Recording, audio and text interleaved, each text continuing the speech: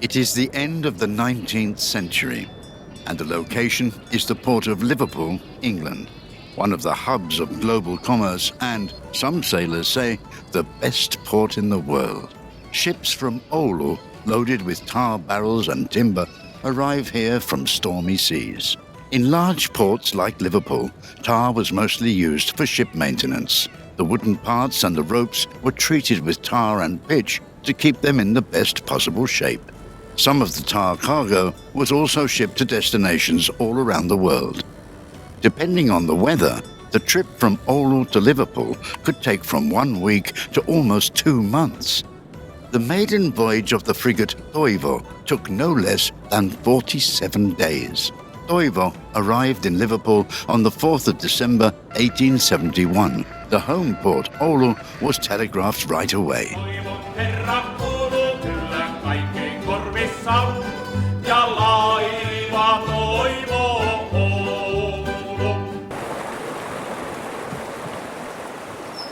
The tar brought by Toivo came from the forests of northern Ostrobothnia and Kainuu. Tar was an important export product for Finland.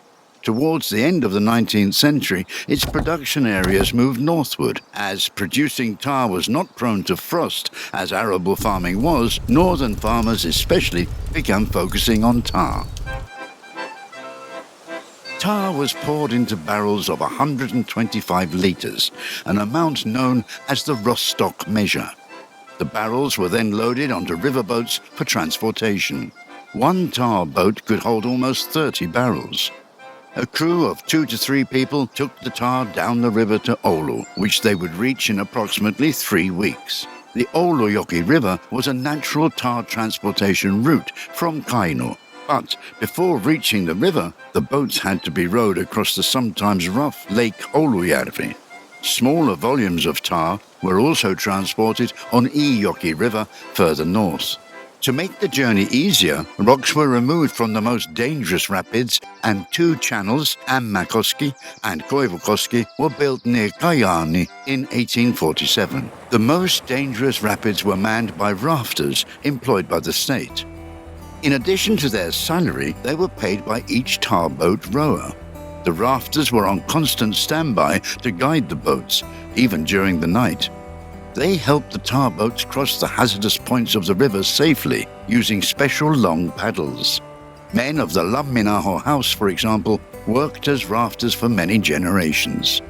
The first rapid was at Niskakoski in Vaala and was more than 10 kilometers long. The rafters boarded the tar boats at the source of the river Oulujoki and got off further down the stream at Nuojua or Multilahti.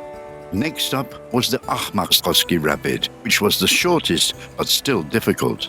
Pyhäkoski Rapids were no less than 20 kilometers long, and the height difference was 56 meters. The rafters boarded from the shore at Merillä. The final dangerous rapids before the tar storehouse in Oulu were the Merikoski Rapids. In busy times, the rafters had to hurry back along the paths right away to help the next boats coming down the river. Soon after leaving the Manamansalo island, Antti's group ran into a severe thunderstorm on the lake. They were wet and cold, but they had a good wind to reach the town of Vaala. As soon as they had landed, they began to build a fire. However, none of them had dry matches. Antti, the youngest of the group, was asked to get a light for the fire from someone. Some distance down the river, there was a nice fire going. When he arrived at the fire, he was surprised. Instead of a group of tar workers, he found a very pretty young girl. Antti introduced himself. I am Antti Kovalainen from the parish of Paltamo, the Karppila house in Neuvosenniemi. I came to borrow some matches since ours are wet. Kaisa came closer, put out her hand, and greeted Antti and put her hand on his. Come, poor boy, closer to the fire. Warm yourself up. The first tar boats arrived in Oulu in spring, when the river was free of ice again. The boats were unloaded at Tervahovi, the main tar warehouse in the harbour of Toppila in Oulu. From the harbour, the empty boats were rowed back to the city where the merchants had their warehouses. The merchants received the tar rowers and gave them a place to stay the night. On the first night, they would eat and drink to celebrate their successful trip down the river and marvel at the sights of the big city. On the second day, the tar was assessed. It was painstaking work, as Oulu was known for its high-quality tar. The tar barrels that passed the inspection were marked accordingly. There was a story told near the end of the 19th century about the tar inspectors. It was said many of them were fond of alcohol, and the inspection would be more successful if the tar rowers could offer a drink to the inspectors. Because of the lax inspections, many barrels of tar were returned from overseas as low-quality product. Inspectors responsible were fired and replaced with new inspectors. Many of them were religious. One of the new inspectors was a sturdy man called Jansson, a former sailor. On one occasion, a tar rower from up the river started drinking in the tar storage area. Jansson asked him to stop, but the man would not obey, grasping his precious bottle with both hands instead. Stronger of the two, Jansson effortlessly twisted the bottle free with a single hand, and a new era had dawned. The aim of this tar trading was to produce a maximum profit for the trading houses. In 1765, Oulu was granted trade rights. This meant that the town could engage in overseas trade independently, an important push for the city's prosperity. Trading houses focusing on overseas trade were established. Prices were determined by the global market. Tar prices and price fluctuations were frequently in the newspapers.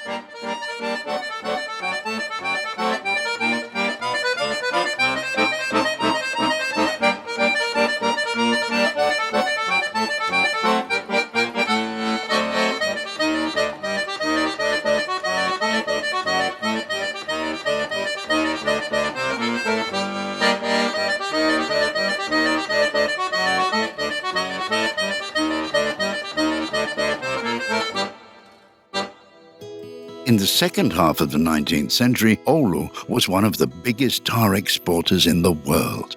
Income from the tar trade was distributed unevenly. Most of the profit went to the traders in overseas and Oulu, who sold the tar at prices many times higher than the purchase price they had paid. The tar producers were left with little after compensating everyone involved in production and transportation.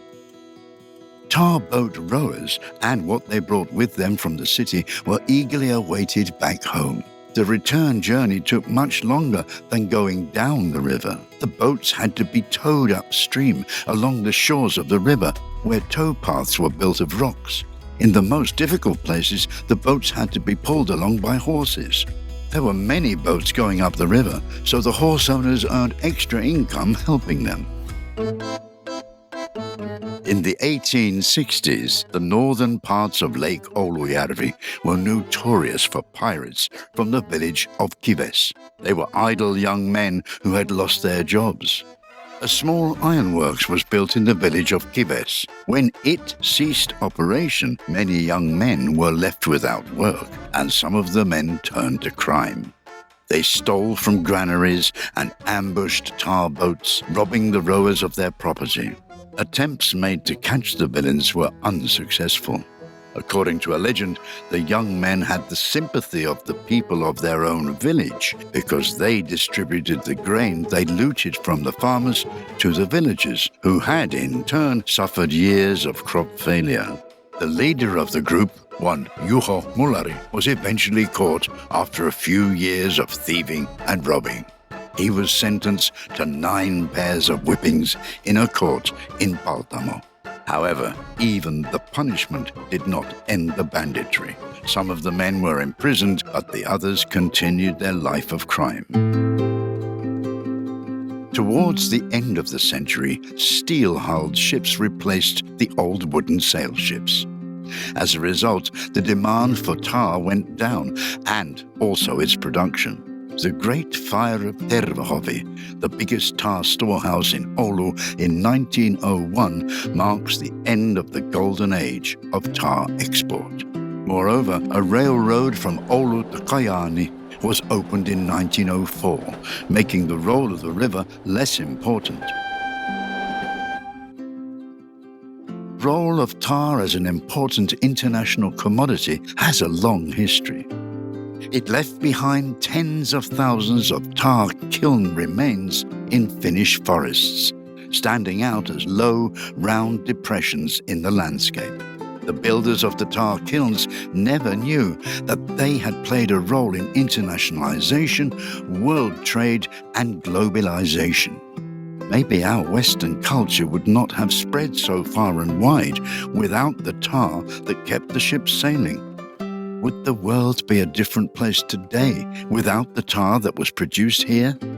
Old families of Oulujoki River and Lake Oulujärvi remember tar and how it was transported. The tar kilns may soon be ancient history, but the stories never die.